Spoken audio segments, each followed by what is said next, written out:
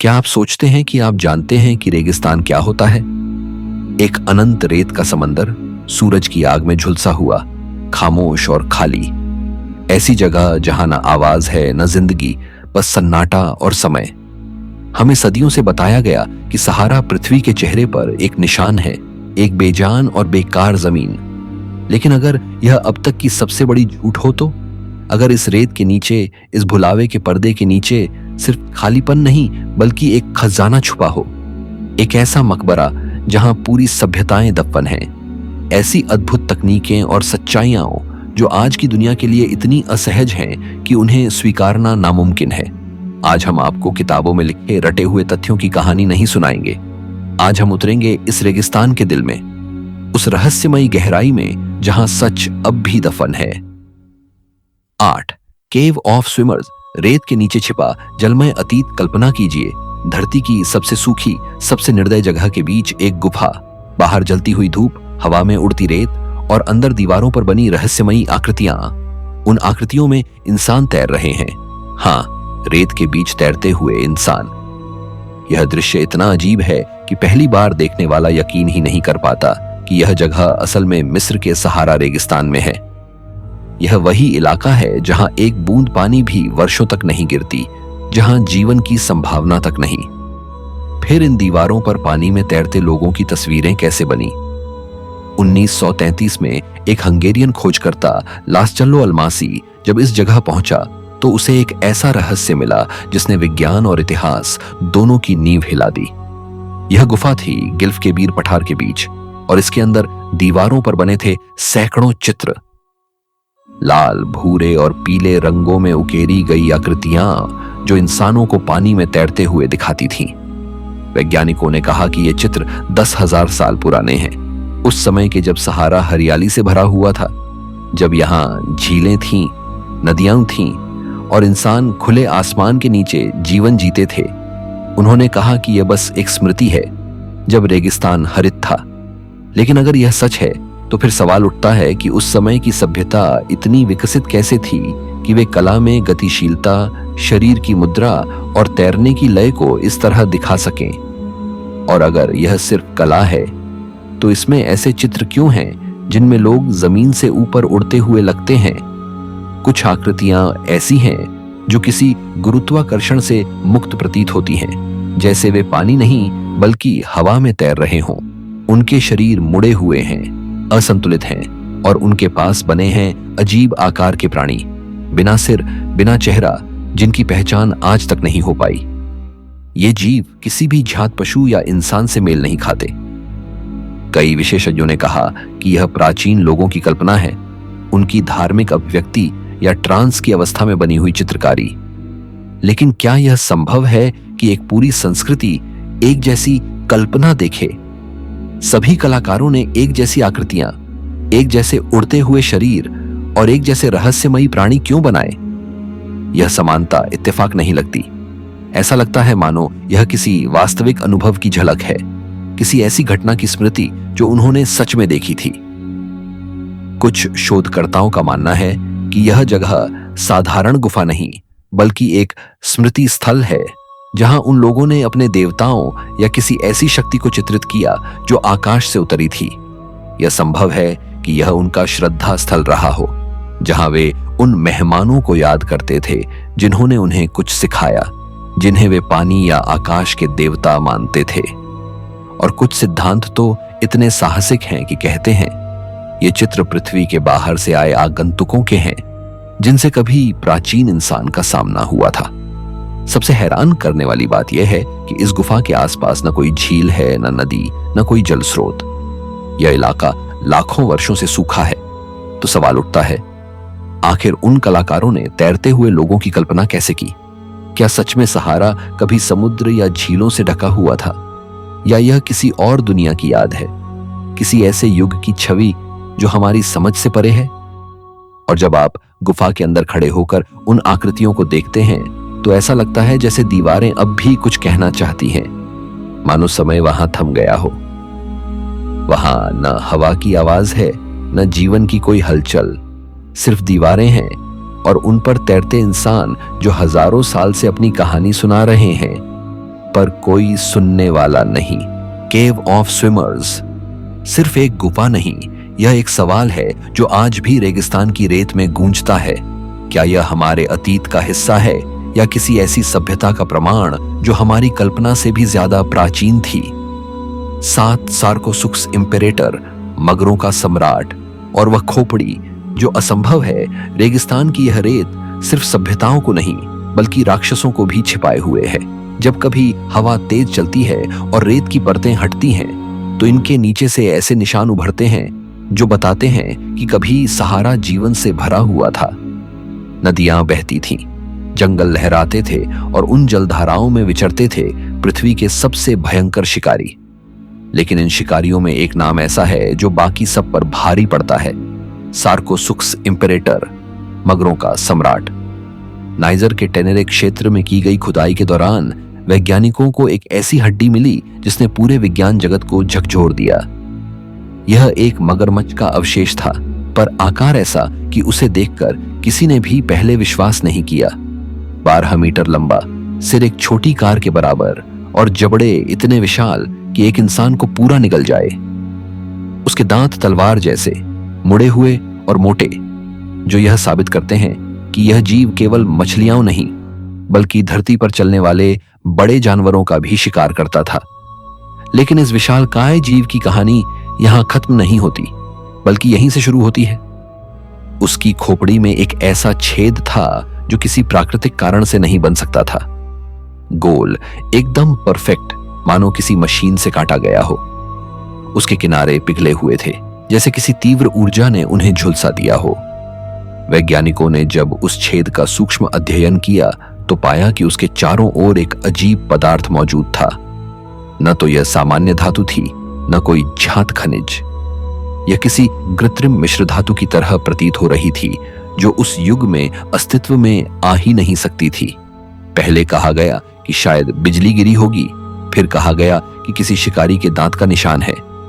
पर बिजली पत्थर को पिघला सकती है, पर उसमें धातु जैसी परत नहीं छोड़ती, और किसी जीव के दांत इतने समान और गोल निशान नहीं बना सकते। धीरे धीरे यह खबर दबा दी गई, नमूने गायब कर दिए गए, कुछ रिपोर्टें बदल दी गईं। लेकिन जो लोग वहां काम कर चुके थे उन्होंने स्वीकार किया कि उस खोपड़ी में कुछ ऐसा था जो विज्ञान की समझ से बाहर था। कल्पना कीजिए, लाखों साल पहले जब यह धरती युवा थी, जब सहारा में नदियां बहती थीं और जीवन की गूंज हर तरफ थी, तभी कोई और शक्ति यहां आई थी। कोई ऐसा अस्तित्व जिसने इस ग्रह के सबसे शक्तिशाली शिकारी पर हमला किया। क्या यह कोई और प्राणी था या फिर किसी सभ्यता की तकनीक जिसने इस जीव को मार गिराया? कुछ वैज्ञानिकों का मानना है कि यह वही समय था जब पृथ्वी पर पहली बार किसी बाहरी ऊर्जा का हस्तक्षेप हुआ। सार्कोसुक्स इम्पेरेटर की यह खोपड़ी आज भी एक सवाल है। क्या यह किसी प्राचीन युद्ध का प्रमाण है? कोई ऐसी टक्कर जो इंसान के जन्म से बहुत पहले हुई थी? या यह सिर्फ एक संयोग है जिसे हमारी समझ अब तक सुलझा नहीं पाई? जब आप उसकी खोपड़ी को देखते हैं तो ऐसा लगता है जैसे वह अब भी चीख रही हो, उस प्रहार की याद में जिसने उसे मारा था। सहारा के तपते सूरज के नीचे यह खोपड़ी आज भी रेत के बीच गड़ी है, और हर गुजरती हवा उसके कानों में वही सवाल दोहराती है, अगर यह प्रकृति का काम नहीं था तो फिर किसने किया? रेगिस्तान जवाब नहीं देता, लेकिन उसकी खामोशी में एक अजीब सी गूंज है, जैसे वह खुद जानता हो कि इस रेत के नीचे क्या छिपा है। एक भूला हुआ युद्ध, एक खोई हुई सभ्यता, या किसी और दुनिया की परछाई। छह अलुला मूसतिल्स, आसमान के देवताओं के लिए बने पत्थर, सऊदी अरब के उत्तर पश्चिम में लाल रेत और काली ज्वालामुखीय चट्टानों के बीच फैला है एक ऐसा क्षेत्र जहां समय रुक गया है। यह इलाका आज अलुला कहलाता है, लेकिन इसके नीचे दबा है कुछ ऐसा जो इतिहास की समझ से कहीं आगे है।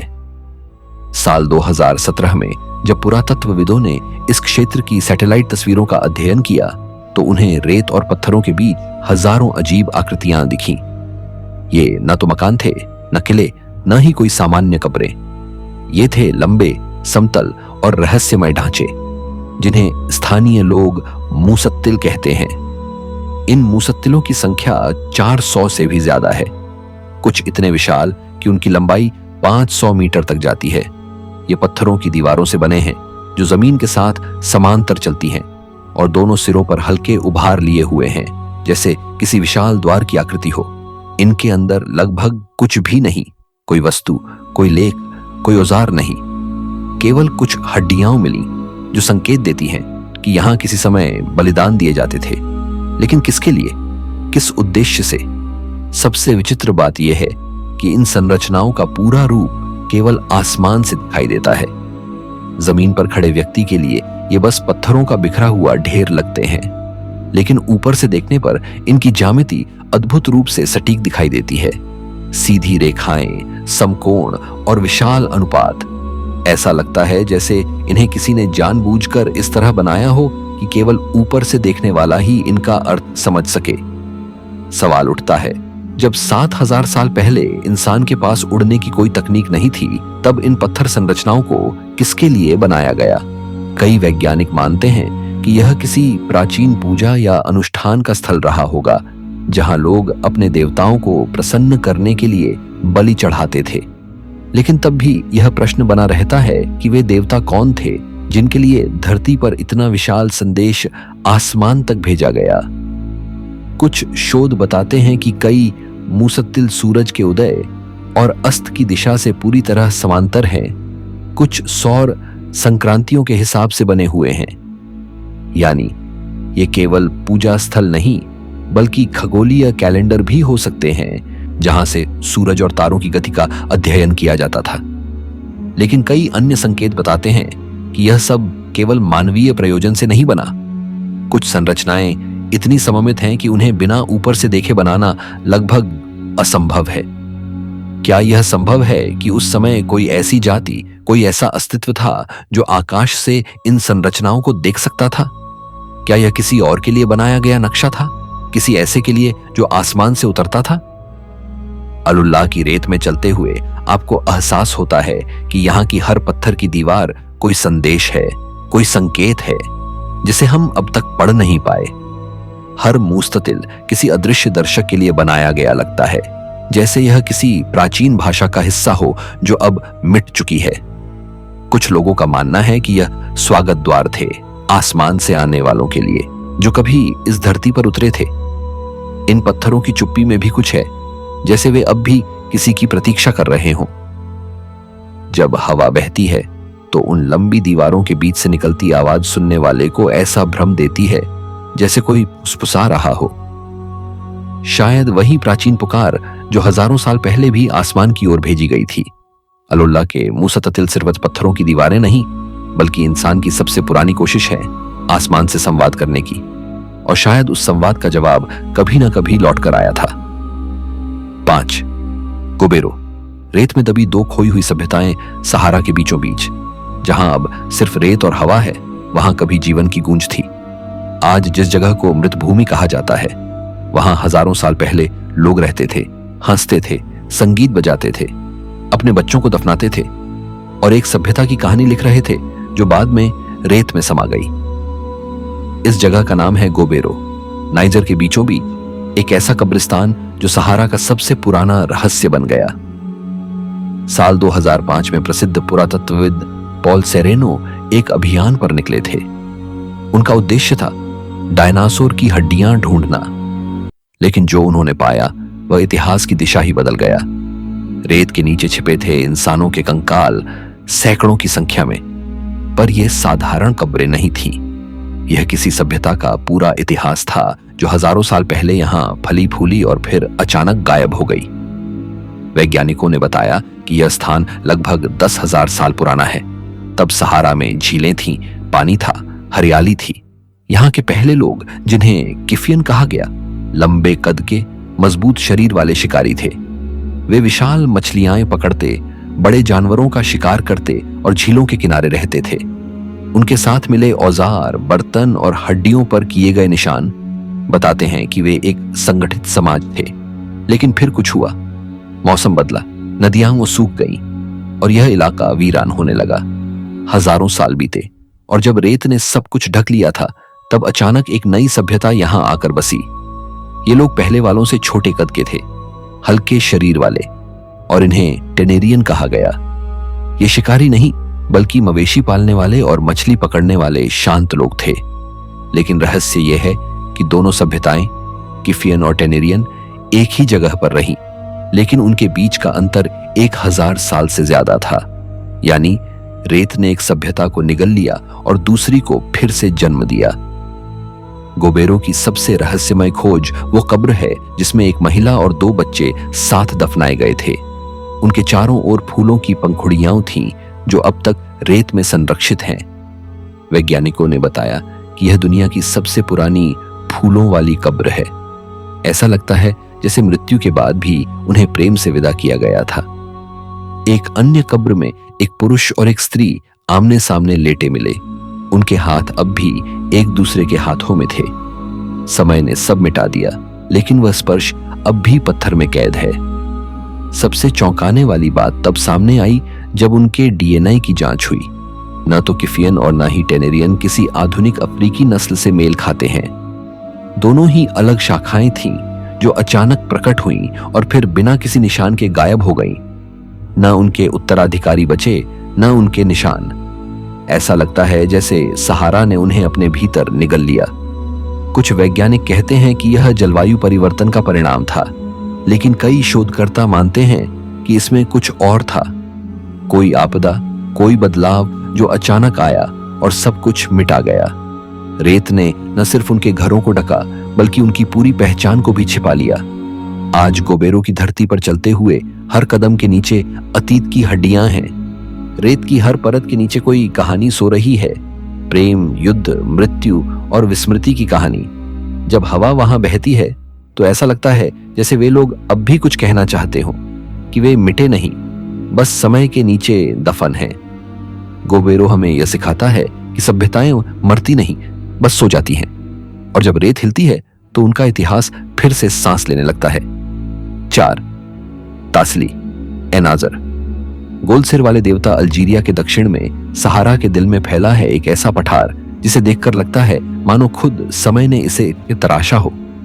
यह जगह है तासली एनाजर, जहां रेत और पत्थरों के बीच छिपी हैं हजारों साल पुरानी कहानियां। लेकिन ये कहानियां किताबों में नहीं, पत्थरों पर खुदी हुई हैं। इस इलाके को लोग पेंटिंग्स की घाटी कहते हैं क्योंकि यहां 20,000 से भी ज्यादा गुफा चित्र हैं। कुछ में शिकार करते लोग हैं, कुछ में जानवर, और कुछ में ऐसे जीव जिनकी शक्ल इंसान जैसी है लेकिन पूरी तरह इंसान नहीं।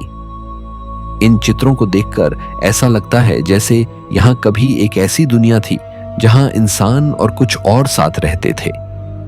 वैज्ञानिक कहते हैं कि ये चित्र करीब 12,000 साल पुराने हैं, जब सहारा हरा भरा था और यहां जीवन फल फूल रहा था।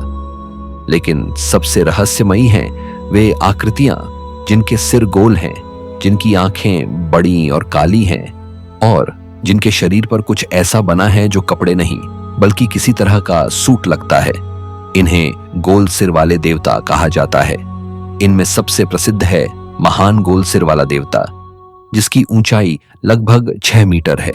उसकी आंखें शून्य में ताकती हैं और शरीर के चारों ओर अजीब रेखाएं हैं जैसे ऊर्जा की लहरें हों। ऐसा लगता है मानो यह कोई प्राणी नहीं बल्कि कोई शक्ति हो जो आसमान से उतरी थी।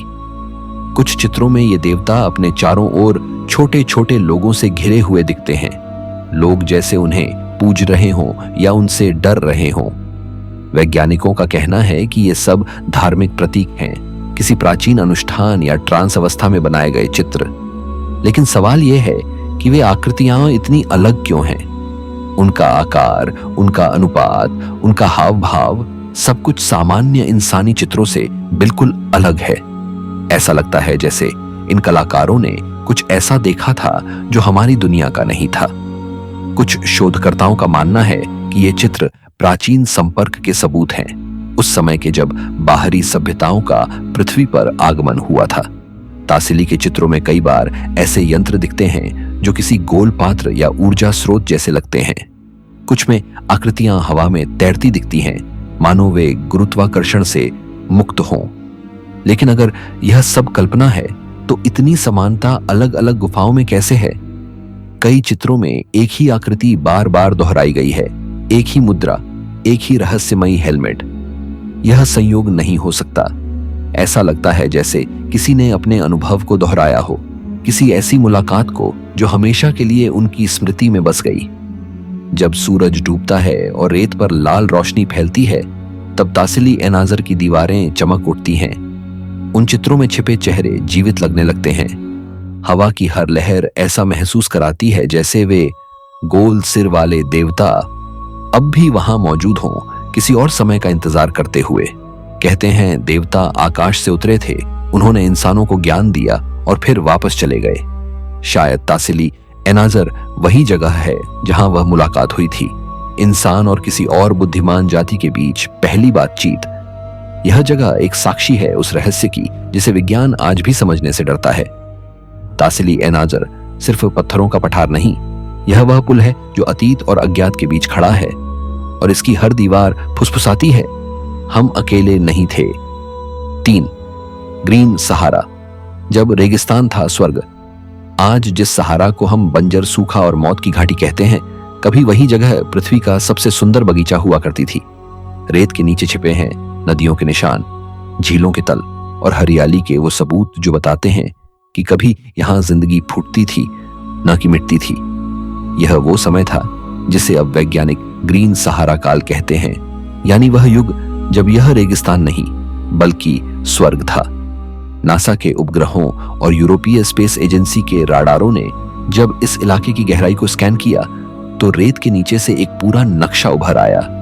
वहां विशाल नदियां थीं जो नील और नाइजर से जुड़ती थीं, झीलें थीं जो कैस्पियन सागर जितनी बड़ी थीं, और ऐसी घाटियां थीं जहां हाथी, जिराफ और मगरमच्छ रहते थे। यह लगभग 12,000 साल पहले की बात है, जब मानसून उत्तर की ओर खिसक आया था और सहारा को जीवन मिला था। लेकिन फिर एक दिन अचानक सब बदल गया। जलवायु बदली, मानसून पीछे हट गया, नदियां सूख गईं और झीलें भाप बनकर उड़ गईं। कुछ ही सदियों में यह बगीचा एक वीरान रेगिस्तान बन गया। वैज्ञानिकों का कहना है कि यह बदलाव धीरे धीरे नहीं बल्कि तेजी से हुआ, शायद 50 या 100 साल में। इतना तेज कि सभ्यताएं खुद को संभाल नहीं सकीं। गांव मिट गए, लोग पलायन कर गए और रेत ने सब कुछ निगल लिया। सबसे चौंकाने वाली बात यह है कि प्राचीन नक्शों पर भी इस हरे सहारा का उल्लेख मिलता है। 16वीं सदी में तुर्की के एडमिरल पिरी रईस ने जो नक्शा बनाया था, उसमें अफ्रीका के इस हिस्से को नदियों और झीलों से भरा दिखाया गया है। और तो और कुछ पुराने यूरोपीय और अरब नक्शों में सहारा के बीच शहरों के चिन्ह बने हैं जहां आज सिर्फ रेत फैली है। इन नक्शों की सटीकता देखकर सवाल उठता है, जब उपग्रह तक नहीं थे तब किसी को कैसे पता था कि इस रेत के नीचे नदियां हैं? क्या यह जानकारी किसी और पुराने स्रोत से मिली थी, या क्या किसी ऐसी सभ्यता ने ये नक्शे बनाए थे जो इस आपदा से पहले यहां रहती थी? कई वैज्ञानिकों का मानना है कि यही वह काल था जब इंसानों ने खेती और बसावट शुरू की थी, यानी सभ्यता का जन्म यहीं हुआ और फिर रेत ने उसे निगल लिया। पर कुछ शोध कहते हैं कि यह सब प्राकृतिक नहीं था। पृथ्वी की कक्षा में छोटा सा परिवर्तन इतना बड़ा असर नहीं डाल सकता था। यह परिवर्तन बहुत अचानक और बहुत गहरा था, मानो किसी बाहरी शक्ति ने जलवायु को झटका दिया हो। कुछ जगहों पर पिघले हुए पत्थर मिले हैं, जैसे किसी तीव्र ताप या विस्फोट ने उन्हें जलाया हो। अगर ऐसा हुआ तो क्या यह कोई प्राकृतिक घटना थी या कुछ और? कुछ लोगों का कहना है कि ग्रीन सहारा किसी प्रयोग का शिकार हुआ था, किसी ऊर्जा स्रोत या हथियार का प्रभाव जिसने पूरे क्षेत्र की पारिस्थितिकी को मिटा दिया। पुरानी लोक कथाओं में भी कहा गया है कि आसमान से आग गिरी थी जिसने धरती की सांसें रोक दी। जब आप आज इस रेगिस्तान में चलते हैं तो हर कदम के नीचे उस हरे स्वर्ग के अवशेष हैं। उपग्रह चित्रों में जो रेखाएं दिखाई देती हैं वे किसी समय की नदियां हैं। हवा जब तेज चलती है तो कहीं कहीं से मिट्टी के नीचे से पुरानी झीलों की गंध तक महसूस होती है। यह रेत किसी कब्र से कम नहीं, सभ्यता की कब्र जो अब भी चुपचाप सो रही है। ग्रीन सहारा हमें यह याद दिलाता है कि धरती बदलती है लेकिन उसके निशान नहीं मिटते। आज जो रेगिस्तान है कल वही बगीचा था और शायद किसी दिन फिर हरा हो जाएगा। कहते हैं सहारा मरा नहीं है, वह बस सो रहा है और उसके सपनों में अब भी बहती हैं वही पुरानी नदियां। 2. रिचैट स्ट्रक्चर, सहारा की आंख और अटलांटिस का रहस्य। सहारा के बीचों बीच मॉरिटानिया की सूनी धरती पर फैला हुआ है एक ऐसा आकार जिसे देखकर ऐसा लगता है जैसे किसी दैत्य ने धरती पर अपनी मुहर लगा दी हो। चारों तरफ फैली सुनहरी रेत के बीच यह एक परिपूर्ण गोलाकार संरचना है जो इतनी विशाल है कि उसे पूरी तरह देखने के लिए आपको आसमान में जाना पड़ता है। अंतरिक्ष यात्री इसे दूर से पहचानते हैं। इसे सहारा की आंख कहा जाता है और विज्ञान इसे जानता है रिचैट स्ट्रक्चर के नाम से। यह संरचना लगभग 40 किलोमीटर चौड़ी है, कई परतों में बनी हुई, जैसे कोई विशाल निशान या प्राचीन शहर की दीवारें। जो भी इसे पहली बार देखता है उसके मन में यही सवाल उठता है, यह इतनी सटीक गोल क्यों है? प्रकृति में इस तरह की परिपूर्णता दुर्लभ है। वैज्ञानिकों ने कहा कि यह किसी ज्वालामुखी विस्फोट का परिणाम है, एक गुंबद जो लाखों साल में हवा और बारिश से घिसकर यह रूप ले गया। लेकिन इस क्षेत्र में न तो कोई सक्रिय ज्वालामुखी मिला, न लावा का कोई प्रमाण। फिर यह अद्भुत समरूपता कैसे बनी? फिर कुछ लोगों ने कहा कि यह किसी उल्का के गिरने से बना गड्ढा है, लेकिन रिचैट में ऐसा कोई निशान नहीं जो टक्कर का संकेत दे। पत्थरों में झुलसन या दबाव का कोई चिन्ह नहीं मिला। जैसे जैसे जांच बढ़ी, रहस्य और गहराता गया, तभी किसी ने एक पुरानी किताब खोली, प्लेटो के संवाद टिमाइयस और क्रिटियास। उसमें लिखा था कि अटलांटिस का नगर समुद्र से परे था, ग्रीस के पश्चिम में, जहां 3 जलवलयों से घिरा एक महान द्वीप था। वहां 3 जल के घेरे और 2 भूमि के घेरे थे, और वह नगर इतना अद्भुत था कि उसकी चमक सूरज को भी मात देती थी। उसका व्यास लगभग 127 स्टेडियम बताया गया था, जो आधुनिक माप में लगभग 23 किलोमीटर होता है। और रिचैट का केंद्रीय घेरा, हाँ वही, लगभग 23 किलोमीटर चौड़ा है। प्लेटो ने कहा था कि अटलांटिस हरक्युलिस के स्तंभों के पार था, यानी जिब्राल्टर जलडमरू मध्य के पश्चिम में, और रिचैट बिल्कुल उसी दिशा में। क्या यह संयोग है, या फिर यह वही शहर है जो समुद्र में नहीं बल्कि रेत में डूब गया? कई स्वतंत्र शोधकर्ताओं ने इस संभावना पर काम किया। ड्रोन से ली गई तस्वीरों में रिचैट की परतें किसी प्राचीन वास्तुकला जैसी दिखीं। बीच के भाग में समतल क्षेत्र है, चारों ओर दीवारनुमा घेरों के साथ। कुछ जगहों पर पानी के बहाव के निशान हैं, मानो कभी यहां झील या नहरें रही हों। वैज्ञानिकों ने जब मिट्टी की जांच की तो पाया कि यहां समुद्री अवसाद मौजूद है, यानी कभी यह इलाका समुद्र के नीचे था। यह सब संकेत हैं, लेकिन सबूत नहीं। विज्ञान अब भी इसे प्राकृतिक कहता है, पर जिन लोगों ने इसे अपनी आंखों से देखा वे कहते हैं यह प्रकृति नहीं, निर्माण है। यह किसी बुद्धिमान हाथ का काम है, किसी ऐसी सभ्यता का जो इतिहास की किताबों में नहीं लिखी गई।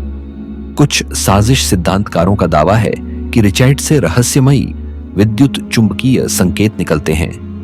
कुछ रिपोर्टों में बताया गया कि अमेरिकी सैटेलाइटों ने इस क्षेत्र से अजीब रेडियो फ्रीक्वेंसी दर्ज की थी, लेकिन बाद में वे फाइलें हटा दी गईं। वहां जाने वाले यात्रियों ने भी कहा कि उनके कंपास और उपकरण वहां काम करना बंद कर देते हैं। क्या यह सच में वही खोया हुआ नगर है जिसकी याद प्लेटो ने छोड़ी थी, या यह किसी और सभ्यता की चेतावनी, किसी प्राचीन ऊर्जा केंद्र का अवशेष है? कोई नहीं जानता। लेकिन जब आप रिचैट की ऊंचाई से नीचे देखते हैं तो ऐसा लगता है जैसे धरती खुद अपनी आंख खोल रही हो और उसके भीतर छिपे अतीत को घूर रही हो। सहारा की यह आंख केवल एक भूगर्भीय संरचना नहीं बल्कि एक प्रतीक है। याद दिलाती है कि कुछ सच इतने पुराने होते हैं कि विज्ञान उन्हें झूठ मान लेता है, और शायद यही कारण है कि यह आंख आज भी जागी हुई है, चुपचाप देखती हुई उन रहस्यों को जो अब भी रेत के नीचे सो रहे हैं। एक नपटा प्लाया, रेगिस्तान का प्राचीन तारामंडल, सहारा के दक्षिणी किनारे पर मिस्र और सूडान की सीमा के पास एक ऐसा इलाका है जहां दिन में तपती हुई धूप पत्थरों को जलाती है और रात में आसमान तारों से भर जाता है। आज वहां सिर्फ सूखी धरती और रेत है, लेकिन कभी यहां एक झील थी, और उसी झील के किनारे हजारों साल पहले कुछ लोगों ने पत्थरों को इस तरह सजाया था कि वे सितारों से बातें करते थे। यह जगह है नपटा प्लाया, वह स्थान जिसे कई लोग पृथ्वी का सबसे पुराना तारामंडल कहते हैं। साल 1974 में पुरातत्वविदों ने इस क्षेत्र की खुदाई शुरू की। शुरुआत में उन्हें कुछ साधारण पत्थर के घेरे मिले, लेकिन जब उन्होंने उनका अध्ययन किया तो सामने आया एक ऐसा रहस्य जो पूरी मानव सभ्यता को चुनौती देता है। उन पत्थरों का आकार और दिशा बिल्कुल उस नक्षत्र से मेल खाते थे जो उस समय आकाश में ओरियन कहलाता है, वही ओरियन जिससे मिस्र के पिरामिडों का भी गहरा संबंध माना जाता है। नपटा प्लाया के केंद्र में बना है एक छोटा पत्थर का घेरा जिसे कैलेंडर सर्कल कहा गया। यह सिर्फ कुछ मीटर चौड़ा है, लेकिन इसका अर्थ महासागर जितना गहरा। पत्थरों की दो जोड़ी रेखाएं सूरज के उगने और डूबने की दिशा में हैं, और उनके बीच का कोण बताता है कि यह पूरा ढांचा गर्मियों की संक्रांति का संकेतक था। यानी ये लोग सूरज की चाल मापते थे, मौसम का हिसाब रखते थे और समय को समझते थे। यह संरचना 7000 साल ईसा पूर्व की है, यानी स्टोनहेंज से भी 1000 साल पुरानी। लेकिन असली रहस्य उसके पास की पत्थर रेखाओं में है। वैज्ञानिकों ने पाया कि कुछ पत्थर ऐसे हैं जो ओरियन नक्षत्र के 3 तारों की स्थिति से मेल खाते हैं, और न केवल उनके स्थान से बल्कि उनके आपसी कोण और दूरी से भी, जैसे किसी ने आसमान को जमीन पर उतार दिया हो।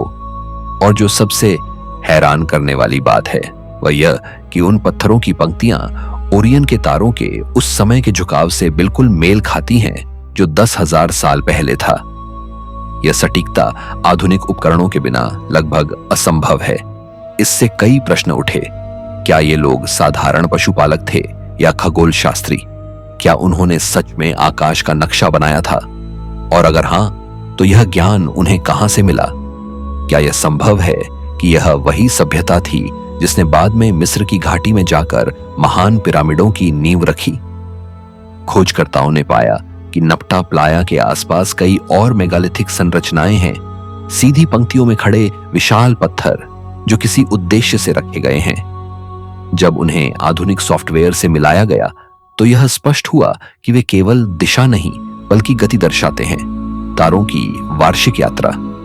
यानी यह न केवल नक्शा था बल्कि एक तरह का खगोलीय कंप्यूटर, और अगर ऐसा है तो यह मानव इतिहास की पहली वैज्ञानिक मशीन थी।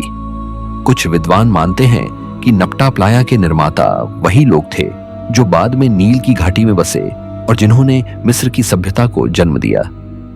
उनके पास खगोल का ज्ञान था, गणना की समझ थी और आकाश को पढ़ने की क्षमता थी। उन्होंने समय को पत्थरों में कैद किया और धरती को आसमान का प्रतिबिंब बना दिया। आज जब आप उस जगह पर खड़े होकर रात का आसमान देखते हैं तो लगता है जैसे तारे अब भी उन्हीं पत्थरों से बातें कर रहे हों। हवा बहती है और हर दिशा से सुनाई देता है। यह रेत नहीं, यह इतिहास बोल रहा है। नपटा प्लाया इस बात का सबूत है कि इंसान ने ज्ञान की शुरुआत पत्थर से नहीं बल्कि सितारों से की थी, और शायद इन्हीं तारों से उसने अपनी नियति लिखनी सीखी। आज के वीडियो में बस इतना ही। अगर आपको यह रहस्यमयी सफर पसंद आया हो तो लाइक करें, शेयर करें और चैनल को सब्सक्राइब करना मत भूलिए। हम फिर मिलेंगे अगले रहस्य में, क्योंकि सच रेत की तरह है, जितना दबाओ उतना उभरता है।